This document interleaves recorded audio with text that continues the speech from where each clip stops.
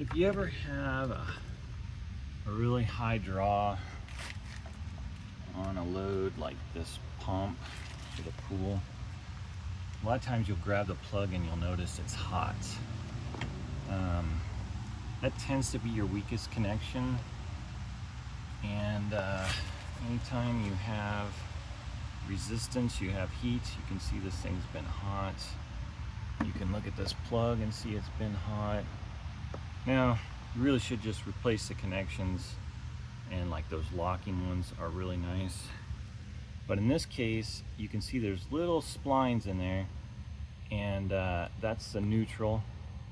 The bigger one is always the neutral, and the smaller one's always the power on 110 anyway.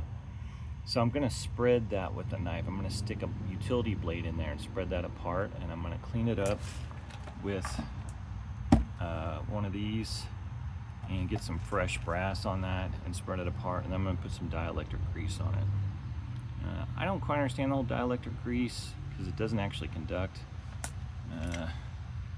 but it really seems to help with connections. I don't really understand why if it doesn't conduct. So you can see I got them spread apart, cleaned up, and I just shoved the dielectric grease in the holes there. And I think all you're really doing with that is you're keeping moisture from condensing. You know, when it gets cold in the winter, even if you got it out of the weather, or you know, out of the rain or something, it's still going to get cold and condense in the winter and corrode, create a bad connection. So I'm going to try that and then let it run for a couple hours and feel it again. And if it feels hot, I know I've done nothing, and if it feels maybe just slightly warm, it should be okay. But you know, anytime you have heat, you know, resistance or bad connection, you got resistance, which gives you heat. You got heat, you got a potential fire. And I've seen it happen, and it's the weirdest thing.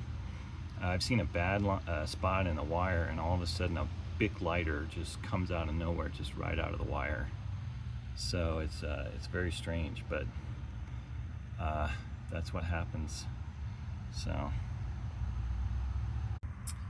I just let it squeeze out, take it off my finger, take it back apart, shove it back in those holes, and keep doing that until, yeah, looks like that.